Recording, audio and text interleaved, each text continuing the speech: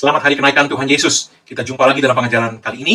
Mari buka Alkitab kita dari Kisah Rasul 1 ayat 8 sampai 11. Demikian dikatakan, tetapi kamu akan menerima kuasa kalau Roh Kudus turun ke atas kamu, dan kamu akan menjadi saksiku di Yerusalem dan di seluruh Yudea dan Samaria dan sampai ke ujung bumi. Sesudah ia mengatakan demikian, terangkatlah ia disaksikan oleh mereka, dan awan menutupnya dari pandangan mereka. Ketika mereka sedang menatap ke langit waktu ia naik itu, tiba-tiba berdirilah dua orang yang berpakaian putih dekat mereka, dan berkata kepada mereka, "Hai orang-orang Galilea, mengapakah kamu berdiri melihat ke langit? Yesus ini yang terangkat ke sorga meninggalkan kamu akan datang kembali dengan cara yang sama, seperti kamu melihat dia naik ke sorga." Kenaikan Tuhan Yesus yang kita peringati hari ini memberikan suatu pengharapan luar biasa bagi setiap orang percaya. Pengharapan ini memberikan dorongan dan kekuatan iman, serta keteguhan hati bagi setiap orang percaya dalam menjalani kehidupan di dunia ini dalam segala keadaan. Haleluya. Firman Tuhan tadi berkata dalam ayat 10 dan 11 demikian.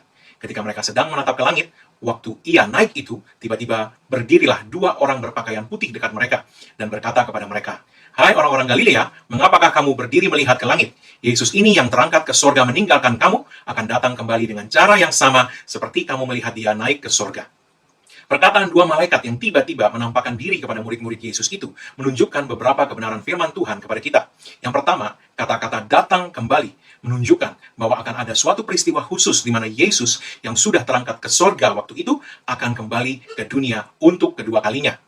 Hal kedua yang sangat penting untuk kita perhatikan adalah kata-kata dengan cara yang sama seperti kamu melihat dia naik ke sorga. Hal kedua ini menunjukkan bagaimana cara kedatangan Yesus yang kedua nanti. Yesus tidak akan datang dengan diam-diam, sehingga tidak seorang pun akan mengetahui hal itu. Dan juga tidak seperti pertama kali dahulu, saat dia menjelma menjadi seorang bayi yang lahir ke dunia. Kalimat datang kembali dengan cara yang sama seperti kamu melihat dia naik, menunjukkan kepada kita bahwa caranya Yesus akan datang kembali adalah sama seperti ketika dia naik. Ini secara spesifik menunjukkan bahwa kedatangan kembali Yesus ke dunia nanti adalah dengan tubuh kemuliaan, karena seperti itulah dia naik waktu itu, dan bahwa dia akan turun dari langit, sebab seperti itulah dia naik waktu itu, dan bahwa kedatangannya yang kedua nanti juga akan dapat dilihat, sebab firman Tuhan mengatakan bahwa dia akan datang kembali dengan cara yang sama seperti kamu melihat dia naik ke sorga. Yesus sendiri dalam 3 Injil mengatakan hal yang sama. Dalam Markus pasal 13 ayat 26 sampai 27 dikatakan pada waktu itu orang akan melihat Anak Manusia datang dalam awan-awan dengan segala kekuasaan dan kemuliaannya, kata Yesus. Dan pada waktu itu pun ia akan menyuruh keluar malaikat-malaikatnya dan akan mengumpulkan orang-orang pilihannya dari keempat penjuru bumi, dari ujung bumi sampai ke ujung langit. Kemudian dalam Lukas 21 ayat 27 dikatakan, pada waktu itu orang akan melihat Anak Manusia datang dalam awan dengan segala kekuasaan dan kemuliaannya. Dan dalam Yohanes 14 ayat 1 sampai 3, Yesus juga mengatakan, "Janganlah gelisah hatimu, percayalah kepada Allah, percayalah juga kepadaku. Di rumah Bapakku banyak tempat tinggal. Jika tidak demikian, tentu aku mengatakannya kepadamu, sebab aku pergi ke situ untuk menyediakan tempat bagimu. Dan apabila aku telah pergi ke situ dan telah menyediakan tempat bagimu, aku akan datang kembali dan membawa kamu ke tempatku, supaya di tempat di mana aku berada, kamu pun berada." Dari sini kita dapat melihat bahwa ada satu peristiwa penting yang akan terjadi nanti, di mana Yesus akan datang kembali dengan cara yang sama seperti ketika dia naik. Dia akan datang dalam awan-awan dengan segala kekuasaan dan kemuliaannya. Ini menegaskan bahwa kedatangan kedua Yesus nanti akan sangat berbeda dengan kedatangannya yang pertama. Kali kedua nanti, Yesus akan datang dengan segala kekuasaan dan kemuliaan, tidak tersembunyi sehingga tidak diketahui seorang pun. Terlebih lagi, dalam kitab Wahyu, kita diberitahu lebih lanjut mengenai kedatangan Yesus yang kedua nanti. Dalam Wahyu pasal 1 ayat 7 dikatakan, lihatlah, ia datang dengan awan-awan, dan setiap mata akan melihat dia, juga mereka yang telah menikam dia, dan semua bangsa di bumi akan meratapi dia." Ya, amin. Setiap mata, semua bangsa. Kata-kata ini menunjuk kepada sifat kedatangan Yesus yang kedua. Dia tidak datang secara tersembunyi, sehingga tidak ada yang mengetahui kedatangannya, sehingga orang bingung apakah dia sudah datang atau belum. Setiap mata, kata-kata itu menunjukkan kepada situasi yang diketahui oleh semua orang. Dan segala bangsa menunjuk kepada sifat global dari peristiwa kedatangan kembali Yesus nanti. Kalau kita memikirkan hal ini, kita dapat memahami bahwa di zaman internet global saat ini, hal yang dikatakan firman Tuhan ini sangatlah mungkin. Sesuatu yang menggemparkan, yang terjadi di tempat yang jauh, dapat dalam hitungan detik menjadi viral ke seluruh dunia dengan teknologi internet sekarang ini. Saya hanya mengatakan hal ini untuk menunjukkan bahwa argumentasi mengenai apa yang dirasa tidak masuk akal 1 abad yang lalu, hari ini sudah menjadi sangat mungkin dengan kemajuan teknologi internet. Kalau dulu orang mungkin akan berkata, bagaimana sesuatu yang terjadi di suatu tempat dapat dilihat mata semua orang di seluruh dunia. Hari ini, bahkan secara natural, kita belum bicara secara supranatural, tetapi secara natural saja hal itu sudah dapat terjadi hari ini. Kemudian hal berikutnya yang kita perlu pahami adalah bahwa kedatangan kedua Yesus berbicara mengenai kedatangannya kembali dengan tubuh kemuliaan. Sebab dia tadi naik dengan tubuh kemuliaan. Dan dikatakan dia akan kembali dengan cara yang sama seperti kamu melihat dia. Artinya, murid-murid melihat Yesus naik hari itu dalam tubuh kemuliaan, demikianlah Yesus akan datang kembali nanti. Kedatangan kembali Yesus tidaklah sama dengan sifat kemahahadirannya. Perkataan 2 malaikat tadi, dengan cara yang sama, menunjukkan bahwa Yesus yang naik dengan tubuh kemuliaan akan datang kembali dengan cara yang sama, yaitu dengan tubuh kemuliaan. Ini jelas berbeda dari kemahahadiran Yesus yang firman Tuhan katakan. Matius 28 ayat 20 mengatakan, dan ajarlah mereka melakukan segala sesuatu yang telah kuperintahkan kepadamu, dan ketahuilah, aku menyertai kamu senantiasa sampai kepada akhir zaman. Demikian juga dalam Ibrani 13 ayat 5 dikatakan, aku sekali-kali tidak akan membiarkan engkau, dan aku sekali-kali tidak akan meninggalkan engkau. Dalam Matius 28 ayat 20, Yesus mengucapkan perkataan itu menjelang kenaikannya. Apakah perkataan aku menyertai kamu senantiasa menunjukkan bahwa Yesus yang naik segera turun lagi? Tentu tidak. Ini hanya menunjukkan sifat kemahahadiran Yesus yang adalah Allah itu sendiri. Bukan menunjuk pada peristiwa kedatangannya kembali dalam tubuh kemuliaan sebagaimana dinyatakan Kisah Rasul 1 ayat 11 tadi. Di dalam diri orang percaya, Yesus hadir, maha hadir dalam wujud pribadi Roh Kudus. Yohanes 14 ayat 16-18 mengatakan, aku akan minta kepada Bapa, dan ia akan memberikan kepadamu seorang penolong yang lain, supaya ia menyertai kamu selama-lamanya, yaitu roh kebenaran. Jadi penolong yang lain, yaitu roh kebenaran. Dunia tidak dapat menerima dia, sebab dunia tidak melihat dia dan tidak mengenal dia. Tetapi kamu mengenal dia, sebab ia menyertai kamu dan akan diam di dalam kamu. Aku tidak akan meninggalkan kamu sebagai yatim piatu, aku datang kembali kepadamu. Jadi Yesus berkata bahwa kamu mengenal dia. Kata-kata penolong yang lain dari bahasa asli Alkitab mempunyai arti suatu pribadi yang persis sama kualitas, sifat, dan kepribadiannya, hanya dalam bentuk atau wujud yang berbeda. Itu sebabnya dalam ayat 18 tadi, Yesus berkata, aku tidak akan meninggalkan kamu sebagai yatim piatu, aku datang kembali kepadamu. Kata aku datang kembali dalam ayat ini mengacu kepada konteks ayat-ayat di atasnya, yaitu Yesus akan hadir sebagai penolong yang lain yang akan menyertai kamu selama-lamanya, yang akan diam di dalam orang percaya. Karena itu, firman Tuhan sendiri menyebutkan penolong yang lain itu, yaitu roh kebenaran atau roh kudus, dengan nama roh Yesus atau roh Kristus. Kisah Rasul 16 ayat 7. Dikatakan, dan setibanya di Misia, mereka mencoba masuk ke daerah Bitinia, tetapi roh Yesus tidak mengizinkan mereka. Dalam Roma 8 ayat 9, firman Tuhan berkata, tetapi kamu tidak hidup dalam daging, melainkan dalam roh, jika memang roh Allah diam di dalam kamu. Tetapi jika orang tidak memiliki roh Kristus, ia bukan milik Kristus. Kemudian lagi dalam Filipi 1 ayat 19 dikatakan, karena aku tahu bahwa kesudahan semuanya ini ialah keselamatanku oleh doamu dan pertolongan roh Yesus Kristus. Haleluya.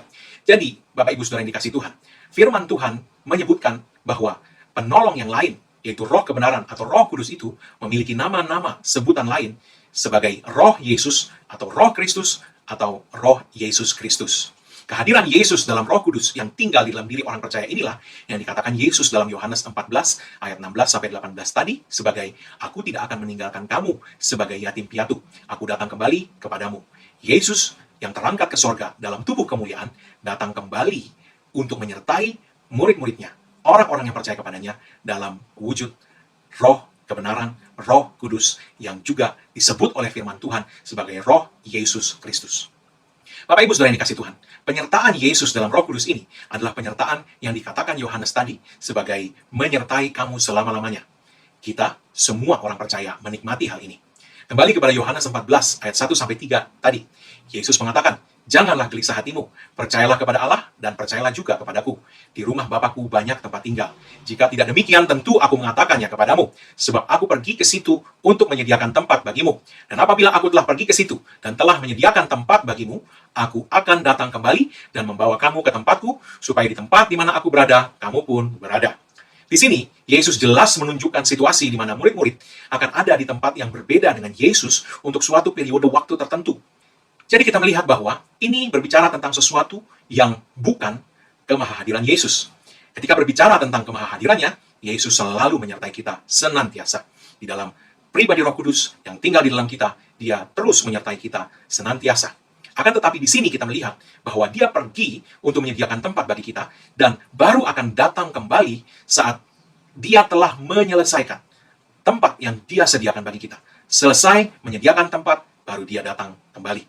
Sehingga di tempat di mana aku berada, kamu pun berada, kata Yesus. Jadi kita melihat di sini, Yesus menunjuk pada peristiwa di mana Dia akan datang kembali untuk membawa kita ke tempat yang sudah Dia sediakan bagi kita di sorga. Di sini kita dapat melihat bahwa kita perlu membedakan antara kemahahadiran Yesus dengan kedatangannya yang kedua dalam tubuh kemuliaan. Jika tidak, kita akan rancu. Apakah karena kemahahadiran Yesus yang menyertai kita senantiasa itu, kita sudah di sorga hari ini? Tentu tidak.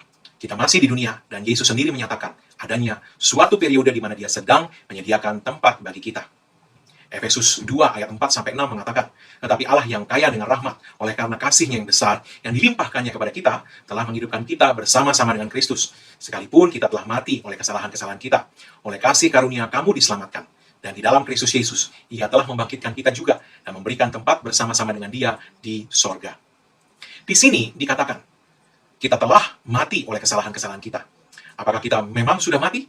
Secara tubuh jelas kita belum mati. Anda yang melihat pengajaran ini jelas masih hidup. Jadi mengapa Allah berkata bahwa kita telah mati? Karena ini tidak berbicara mengenai tubuh kita, tetapi mengenai roh kita yang telah mati karena kesalahan-kesalahan atau dosa-dosa kita. Tentu kita harus membedakan antara kematian tubuh dan kematian roh. Jika kita memahami hal ini, maka kita akan mudah mengerti ayat selanjutnya. Di ayat 6 dikatakan, dan di dalam Kristus Yesus, Ia telah membangkitkan kita juga dan memberikan tempat bersama-sama dengan Dia di sorga. Karena tubuh kita belum mati, maka kata-kata telah membangkitkan tentu tidak berbicara soal tubuh kita, melainkan roh kita yang telah mati akibat dosa tadi. Roh kitalah yang telah dibangkitkan Allah di dalam Kristus dan diberikan tempat bersama-sama dengan Yesus di sorga. Jadi apakah itu berarti kita sudah di sorga hari ini? Kita masih di dunia, kita belum di sorga.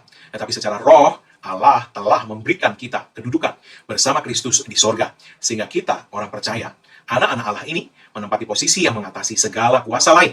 Sebab kita telah diberikan tempat bersama dengan Yesus di sorga. Hal lainnya yang perlu kita pahami adalah, apakah perkataan Yesus hanya ditujukan kepada murid-muridnya dahulu atau juga kepada kita hari ini? Sebab perkataannya dalam Yohanes 14 ayat 16-18, di mana Dia berkata bahwa Ia akan minta supaya Bapa memberikan penolong yang lain yang akan menyertai kamu selama-lamanya dan akan diam di dalam kamu tadi, diucapkannya kepada para murid waktu itu. Demikian juga dengan perkataannya dalam Yohanes 14 ayat 1-3, di mana Dia akan menyediakan tempat bagi kamu dan kemudian akan kembali dan menjemput kita supaya di tempat di mana Dia berada, kita pun berada. Kalimat ini diucapkannya kepada murid-murid waktu itu. Kalau begitu, apakah ini berarti tidak ada tempat yang disediakan Yesus untuk kita, orang percaya masa kini? Tidak ada surga untuk kita? Dan lebih parah lagi, bahwa tidak ada penolong yang lain yang menyertai kita dan tinggal di dalam kita senantiasa. Sebab semua itu tadi diucapkan Yesus kepada murid-muridnya waktu itu. Kalau argumentasi ini benar, maka kita yang selama ini berpikir bahwa Yesus ada di dalam kita dan menyertai kita selama-lamanya, kita ini adalah orang-orang paling malang di dunia. Sebab ternyata perkataan itu hanya ditujukan kepada murid-murid Yesus waktu itu. Akan tetapi syukurlah hal ini tidak benar. Apa yang dikatakan Yesus kepada murid-murid waktu itu, dimaksudkannya juga untuk kita, orang-orang percaya masa kini. Dari mana kita mengetahui hal ini? Dari perkataan Yesus sendiri. Matius 28 ayat 18-20 mengatakan, Yesus mendekati mereka dan berkata, kepadaku telah diberikan segala kuasa di sorga dan di bumi.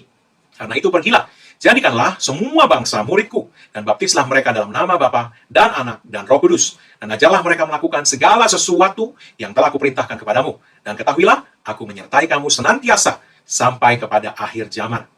Di sini, kita dapat melihat bahwa Yesus mengatakan supaya murid-murid yang mendengar perkataan Yesus hari itu meneruskan segala sesuatu yang telah mereka terima dari Yesus. Kepada siapa segala sesuatu yang telah diajarkan Yesus itu diteruskan? Kepada semua orang yang percaya dari semua bangsa. Dikatakan, jadikanlah segala bangsa muridku. Jadi, kita termasuk orang-orang yang disebutkan Yesus. Termasuk mereka kepada siapa firman ini ditujukan.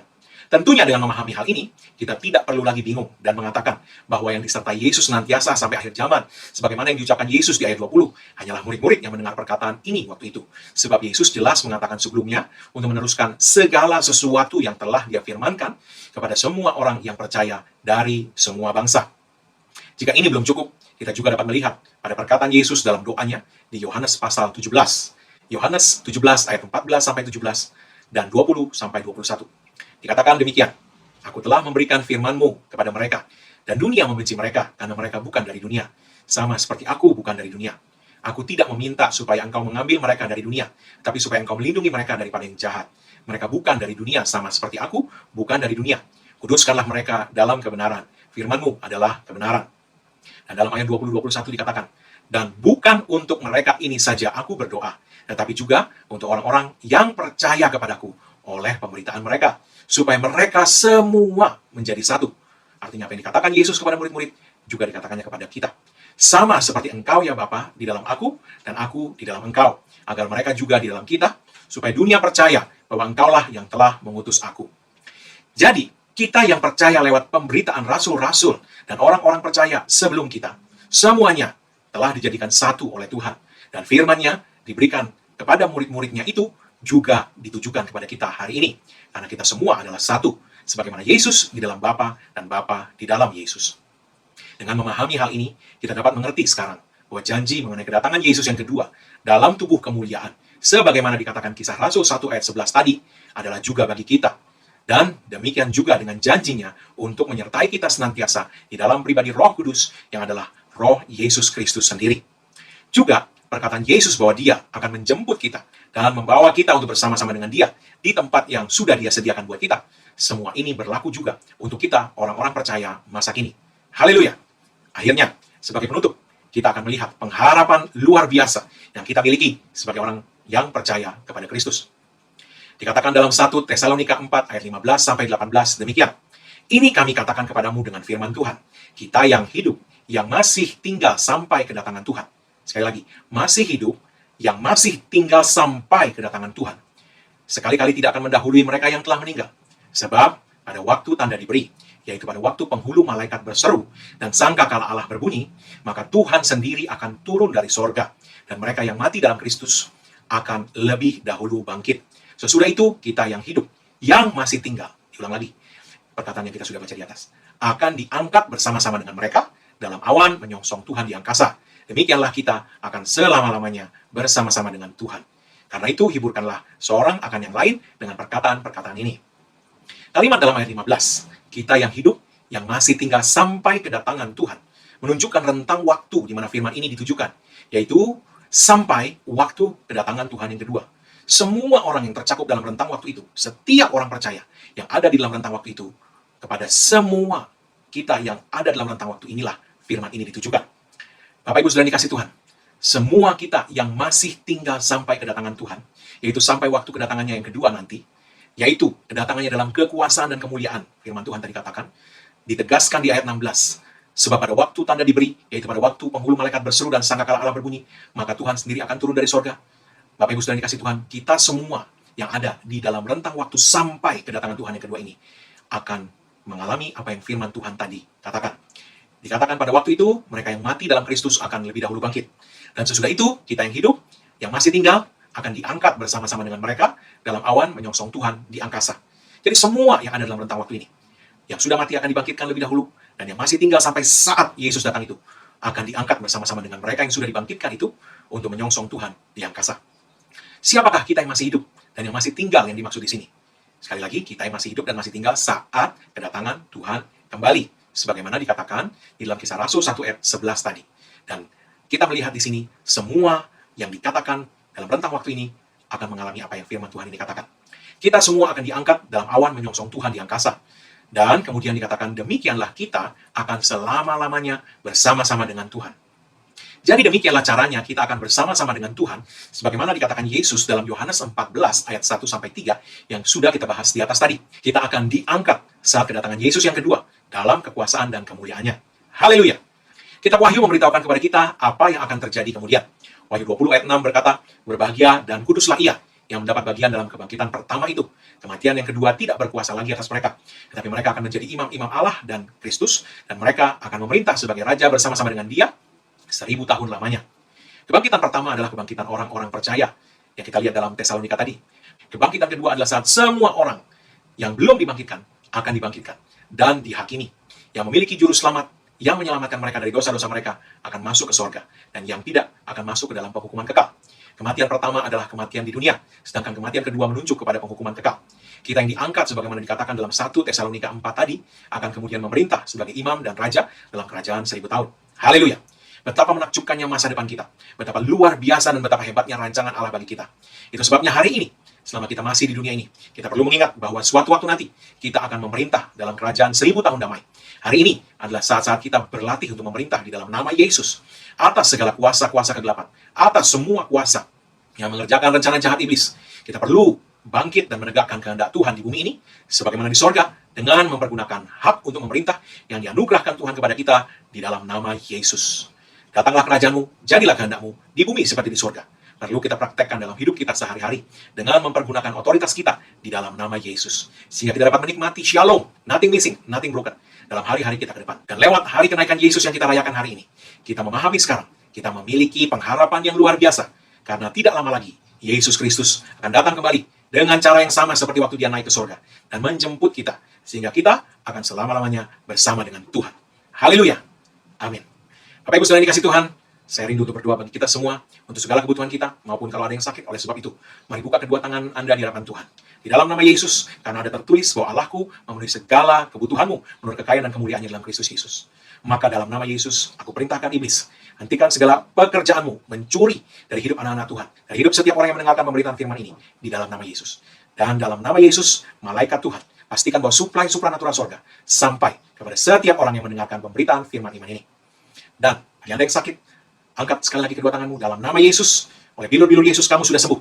Ada tertulis demikian. Oleh sebab itu iblis, angkat segala gejala yang kamu coba tunjukkan pada tubuh setiap orang yang mendengarkan pemberitaan firman iman ini. Dalam nama Yesus, menyingkir daripada mereka. Dan dalam nama Yesus, aku hancurkan kuasa sakit penyakit, kelemahan tubuh dari hidup setiap orang yang mendengarkan pemberitaan firman ini. Dan dalam nama Yesus, aku perkatakan kesehatan ilahi yang sempurna, kesembuhan ilahi, dan pemulihan sempurna dalam nama Yesus. Haleluya. Mari sekali lagi angkat kedua tanganmu di hadapan Tuhan. Sekali lagi, terimalah berkat dari Tuhan. Dan apa yang Yesus Kristus telah kerjakan bagi kita di kayu salib, karena curahan darahnya, karena penebusan yang sempurna, maka sekarang tidak ada lagi penghukuman bagi setiap orang yang ada dalam Kristus Yesus. Engkau telah ditebus, harganya telah dibayar lunas. Oleh sebab itu setiap kutuk tidak berlaku lagi dalam hidupmu. Yang ada hanyalah berkat Tuhan, tercurah berlimpah-limpah memberkati engkau dalam segala hal. Oleh berkat Tuhan itu engkau naik terus tidak turun, kau jadi kepala bukan ekor, dan apa yang disentuh tanganmu dibuat Tuhan berhasil. Dengan panjang umur Tuhan mengenyangkan engkau, dan Tuhan memperlihatkan kepadamu keselamatan yang daripadanya. Umurmu minimal 120 tahun, dan dipenuhi dengan hari-hari yang baik dari Tuhan. Tidak ada yang jahat yang mendekat kepadamu, dan tidak ada tulah mendekat kepada kemah kediamanmu. Sebab tempat perlindunganmu dan kubu pertahananmu, Allahmu yang kau percayai. Dalam nama Yesus. Amin.